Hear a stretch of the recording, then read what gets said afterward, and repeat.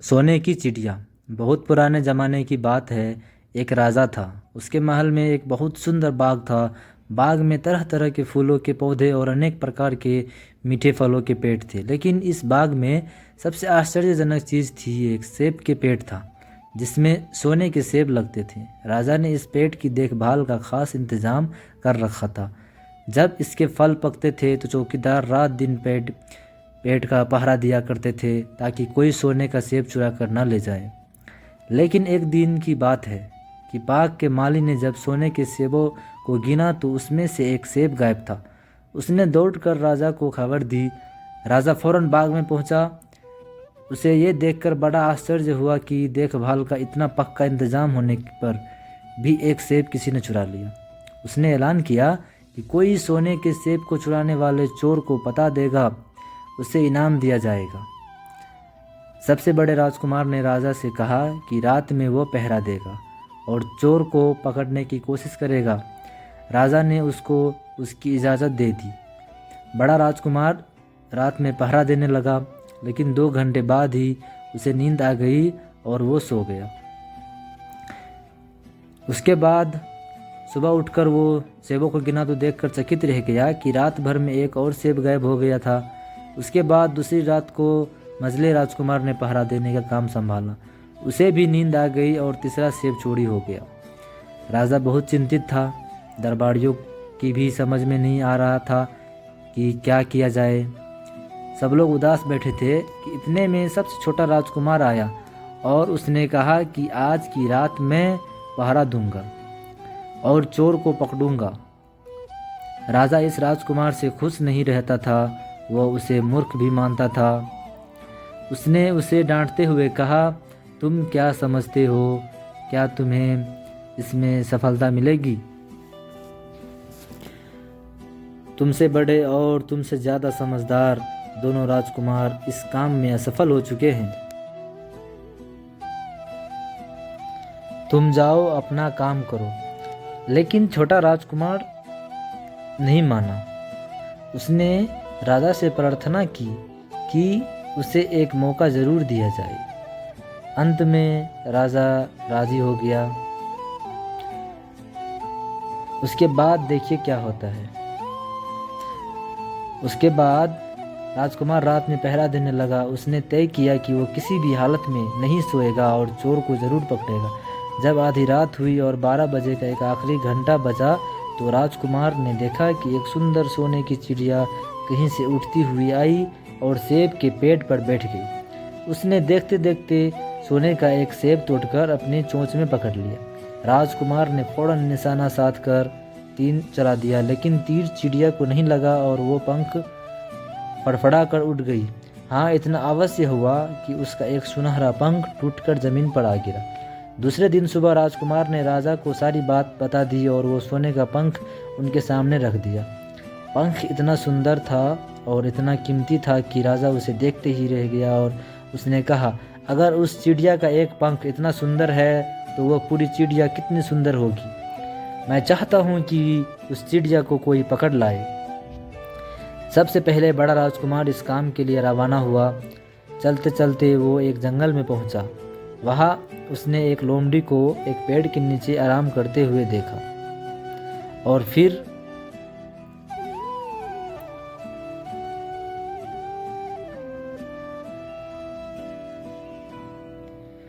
फिर राजकुमार ने मौका देखकर तीर अपने धनुष पर चढ़ा लिया। वो तीर छोड़ने ही जा रहा था कि लोमड़ी ने चिल्लाकर कहा, राजकुमार, मुझे मत मारो। मुझे पता है कि तुम सोने की चिड़िया की खोज में निकले हो। तुम मेरे राय मानो तो तुम्हारा काम जल्दी ही पूरा हो जाएगा।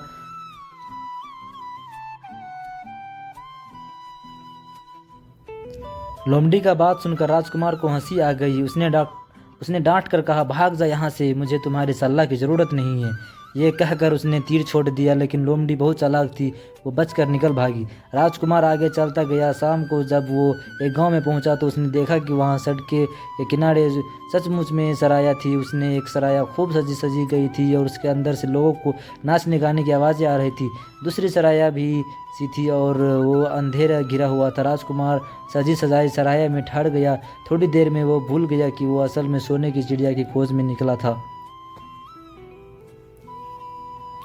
और फिर आपको बताता हूँ कि आगे क्या हुआ। समय बीत गया और बड़ा राजकुमार नहीं लौटा तो मास्टर राजकुमार सोने की चिड़िया की खोज में चल पड़ा। वो भी उसी तरह चलते चलते जंगल में पहुंचे तो वो लोमड़ी उसे भी मिली।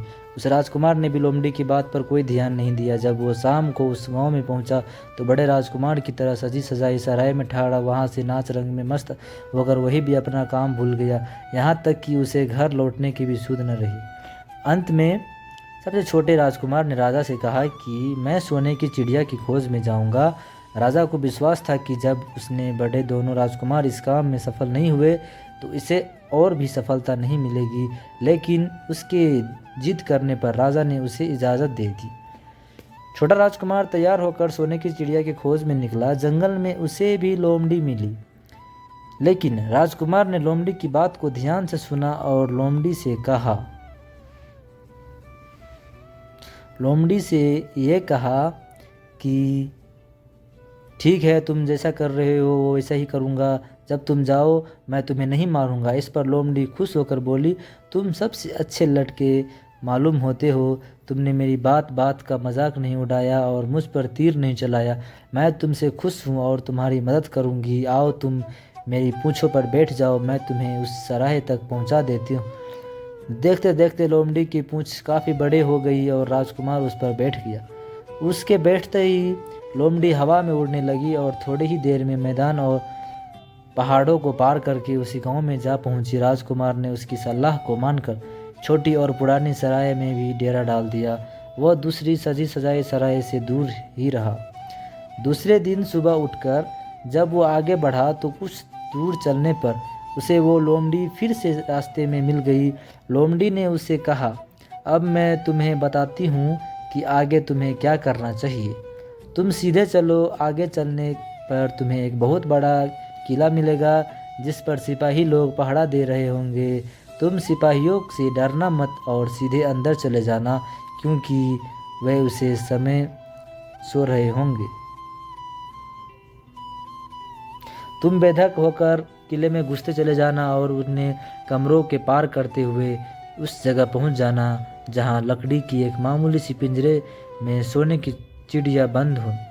तुम्हें चिड़िया को पिंजरे सहित उठाकर किले से बाहर ले आना, लेकिन एक बात याद रखना, चिड़िया के पिंजरे के पास ही एक बहुत सुंदर सा सोने का पिंजरा भी रखा होगा।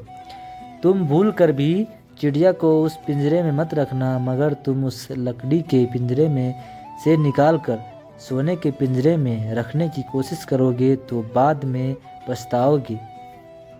यह कहकर लोमड़ी ने राजकुमार को फिर से अपनी पूंछ पर बिठाया और थोड़े ही देर में उसको किले के पास पहुंचा दिया। राजकुमार ने किले का पास जाकर देखा कि सचमुच उसके पहरेदार सो रहे थे। वो बिना डरे सीधा महल में घुस गया और थोड़ी ही देर में वो उस कमरे में जा पहुंचा जहां सोने की चिड़िया एक पिंजरे में बैठी हुई थी। पिंजरे के पास ही सोने के 3 सेब पड़े हुए थे। इन सेबों को देखकर राजकुमार ने फौरन पहचान लिया कि ये सेब उसके पिता के बाग के ही थे। सोने की चिड़िया इतनी सुंदर थी कि राजकुमार उसको देखते ही रह गया।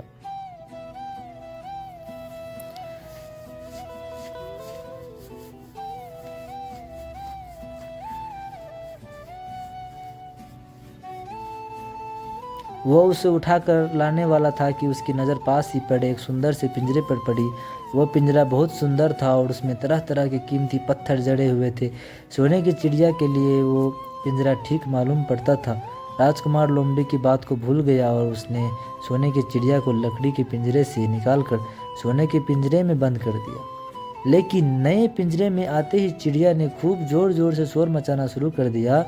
राजकुमार पिंजरे को उठाकर कमरे से बाहर भी नहीं निकाल पाया था कि बहुत से सिपाही कमरे में घुस आए और उन्होंने राजकुमार को पकड़ लिया। अब राजकुमार को अपनी भूल का पता चला। उसे याद आया कि लोमड़ी ने उससे क्या कहा था, लेकिन अब क्या हो सकता था। सिपाही उसे चीखते हुए राजा के दरबार में ले गए। राजा के पूछने पर राजकुमार ने सारी बात कह सुनाई। राजा बोला, तुम मेरे महल में चोरी करने के लिए घुसे थे।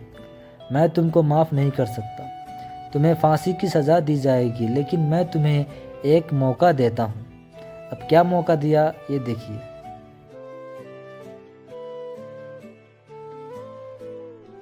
राजा ने बहुत बड़ा शर्त रखा, तो राजकुमार को अपनी जान बचाने के लिए राजा की शर्त माननी पड़ी। अब वो सोने के घोड़े की तलाश में निकला। किले के बाहर जाने पर उसने देखा कि लोमड़ी का उसका इंतजार कर रही है। उसने लोमड़ी को सारी बात बता दी। लोमड़ी ने निराश होते हुए कहा, अब मैं तुम्हारी कोई मदद नहीं करूँगी। तुमने मेरे कहने के अनुसार नहीं किया। मैंने जिस तरह से कहा था, अगर तुम उस तरह से काम करते तो इस मुसीबत में नहीं फंसते और वो सोने की चिड़िया तुम्हें मिल ही जाती। राजकुमार बोला, इस बार मुझे माफ़ कर दो, मुझसे गलती हो गई। मेरा काम तुम्हारी सहायता के बिना नहीं चलेगा। मुझे राजा ने सोने के घोड़े लाने के लिए कहा है, वरना मुझे फांसी पर चढ़ा देगा। लोमड़ी ने कहा, खैर मैं तुम्हें माफ़ करती हूँ। अब मैं तुम्हें ऐसा करो कि मेरे पूंछ पर बैठकर सीधे चले चलो। कुछ देर जाने पर तुम्हें एक दूसरा किला मिलेगा। उसे किले की गुटसाल में तुम्हें सोने का घोड़ा बंधा हुआ मिलेगा। महल के नौकर चाकर सब सो रहे होंगे। तुम चुपचाप जाना और घोड़े को खोल लेना, लेकिन एक बात याद रखना, वहाँ घोड़े के पास ही घोड़े पर कसने के लिए 2 जीनें रखी होंगी। उसमें से एक तो पुरानी चमड़ी के जीने होंगे और दूसरे सोने के जीने होंगी। तुम सोने के जीन को छूना भी मत और उसे घोड़े पर पुरानी चमड़ी के जीन को कस कर सवार हो जाना और बाहर चले आना।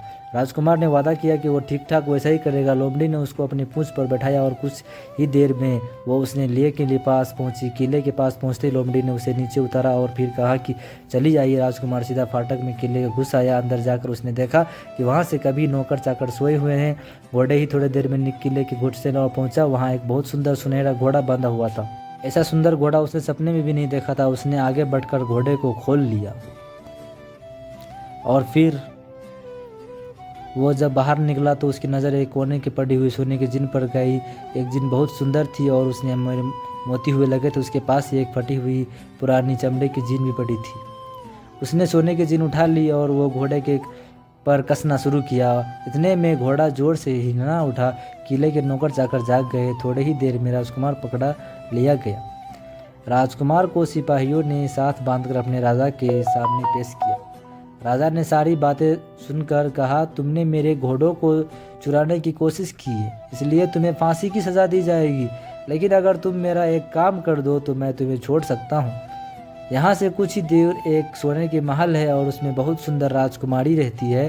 अगर तुम अपनी जान बचाना चाहते हो तो उस राजकुमारी को मेरे पास ले आओ। तुम्हें इनाम में ये सोने का घोड़ा दे दूँगा। बेचारा राजकुमार पहले की तरह वो फिर से एक नई मुसीबत में फंस गया। उसने राजकुमार होकर राजा की शर्त माननी पड़ी। अब वो सोने की महल की खोज में निकला। कुछ देर चलने पर फिर उसे वो लोमड़ी मिली। पता नहीं कैसे लोमड़ी को सारी बातें मालूम हो गई थी। वो बोली, देखो तुमने इस बार भी मेरी बात नहीं मानी। मेरी बात मान जाते तो ये नई मुसीबत तुम्हारे गले नहीं पड़ती। खैर मुझे तुम पर दया आ रही है, मैं तुम्हारी मदद करूँगी। चलो मैं तुमको सोने की महल के पास पहुँचा देती हूँ। तुम महल के बाहर ही पीछे कहीं छिप जाना। जब उसमें से शाम को राजकुमारी तालाब में नहाने के लिए बाहर आए तो तुम आगे बढ़कर उसके हाथ पकड़ लेना। जैसे ही तुम उसके छुओगे राजकुमारी तुम्हारे साथ आने के लिए राज़ी हो जाएगी। लेकिन एक बात याद रखना, तुम उसको वहाँ से अपने साथ ले आना। उससे वापस महल में मत जाने देना। वो तुमसे कहेगी कि मैं अभी अपने माता पिता से मिलकर आती हूँ, लेकिन तुम उसकी बातों में मत आना, वरना फिर मुसीबत में फंस जाओगे। यह कहकर लोमड़ी ने फिर से अपनी पूँछ फैला दी और राजकुमार को उस पर बैठा गया। देखते देखते लोमड़ी हवा में उड़ती गई। कुछ देर बाद सोने की